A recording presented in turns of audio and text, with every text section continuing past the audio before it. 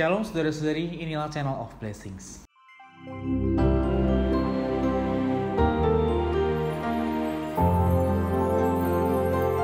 Sudah lebih dari 1 tahun pandemi COVID-19 menyelimuti seluruh dunia. Kalau kita melihat hari ini, kondisinya seakan tidak pernah membaik. Awalnya kita berpikir, wah tahun 2021 akan lebih baik. Wah udah ada vaksin, semua akan beres. Tapi kenyataannya tidak seperti yang kita harapkan. Seakan-akan Tuhan tidak berpihak kepada kita. Saudara-saudari, di dalam hal inilah sebagai manusia mungkin kita bertanya-tanya, Tuhan itu ada gak sih? Tuhan itu menyertai kita gak sih? Masa Tuhan membiarkan kita begitu aja? Saudara-saudari, hidup ini sangat baik yang bisa menguatkan kita. Bahwa kita harus percaya.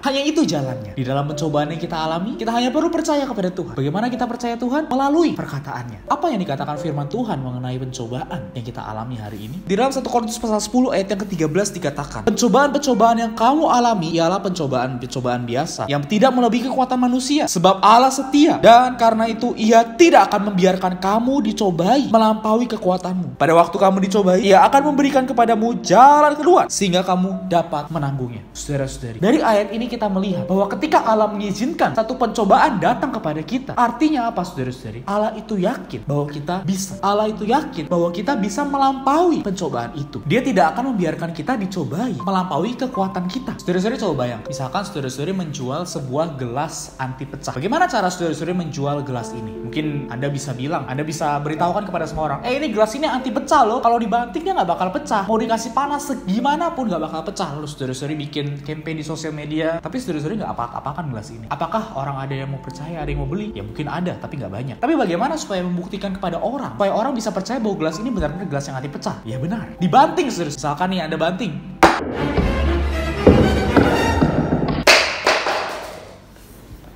nggak pecah kan?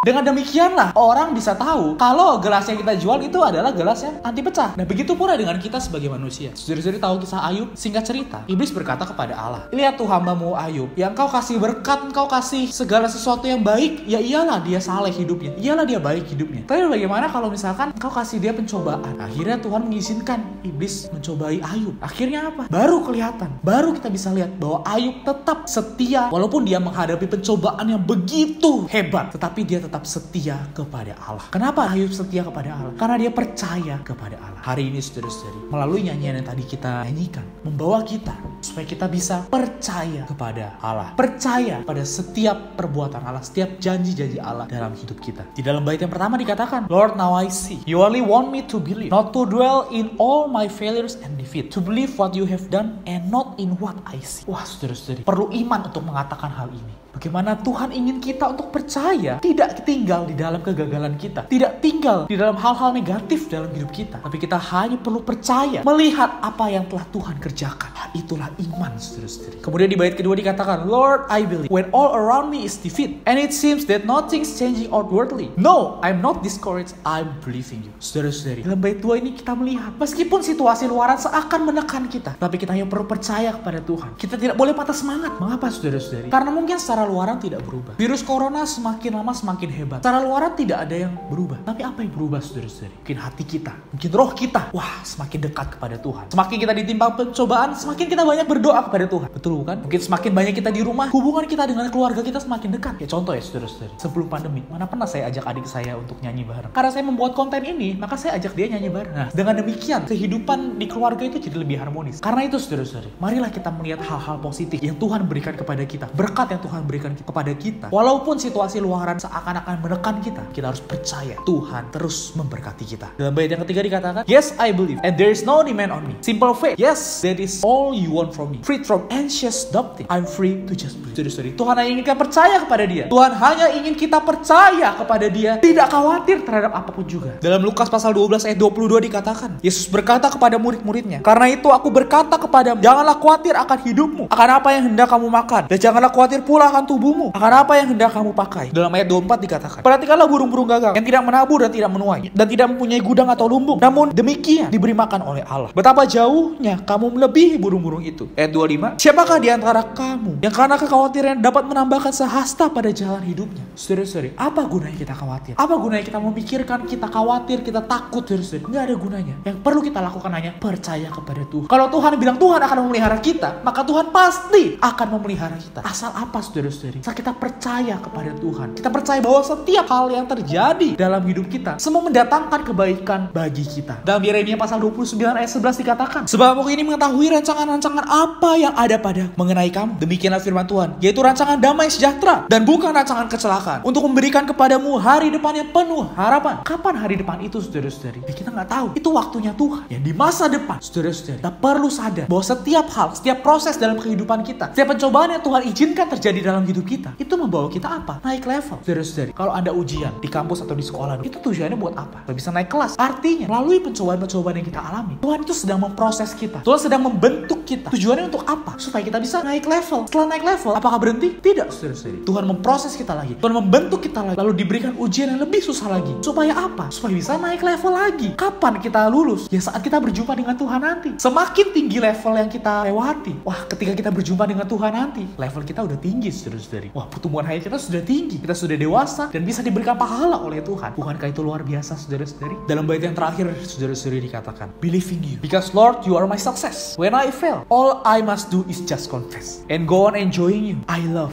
believing you. Saudara-saudari, dalam kehidupan kita, mungkin kita sering gagal. Mungkin kita sering melakukan sesuatu yang tidak berkenan di hadapan Tuhan. Saudara-saudari, ketika kita gagal, dikatakan kita hanya perlu confess, hanya perlu mengaku. Dalam 1 Yohanes pasal 1 ayat 9 dikatakan, jika kita mengaku dosa kita, maka Ia adalah setia dan adil, sehingga Ia akan mengampuni segala dosa kita dan menyucikan kita dari segala kejahatan. Saudara-saudari, walaupun kita gagal, walaupun kita sering jatuh, tapi Tuhan tidak membuang kita, saudara-saudari. Selama Tuhan masih memberikan kita kesempatan untuk mendengarkan firman Tuhan, artinya Dia masih memberikan kita kesempatan untuk mengaku dosa kita. Hanya perlu mengaku dan datang kembali kepada Tuhan. Saya senang perkataan ini, saudara-saudari. When I fail, all I must do is just confess and go on enjoying you. Saudara-saudari, setelah kita mengaku dosa, setelah kita mengaku kepada Tuhan, Tuhan akan mengampuni dosa kita dan Dia akan menyucikan kita dari segala kejahatan. Lalu apa selanjutnya? And go on enjoying you. Wah, saudara-saudari, kegagalan yang kita alami itu bukan berarti akhir dari segalanya. Walaupun kita gagal, asal kita mengaku, maka Tuhan setia dan adil. Tapi saudara-saudari, ini bukan berarti kita boleh dengan sembarangan berbuat dosa. Tuhan tahu isi hati kita. Ya seperti orang tua yang sedang mengasuh anaknya. Misalkan anaknya diajarin jalan. Jika dia jalan, jatuh lagi, gak apa-apa. Bangkit lagi, jalan lagi. Jatuh lagi, gak apa-apa. Bangkit, jalan lagi. Tapi kalau misalkan anaknya itu udah bisa jalan, tapi dia pura-pura jatuh dengan sengaja, ya kan orang tuanya tahu juga, saudara-saudari. Karena itu, Galatia pasal 6 ayat 7 mengatakan, jangan sesat, Allah tidak membiarkan dirinya dipermainkan. Karena apa Apa yang ditabur orang, itu juga yang akan dituainya. Tapi saudara-saudari, kalau kita benar sedang jatuh, ya perlu mengaku kepada Tuhan. Ya perlu minta ampun, ya perlu mengaku kepada Tuhan. Kita perlu berdoa kepada Tuhan dan kembali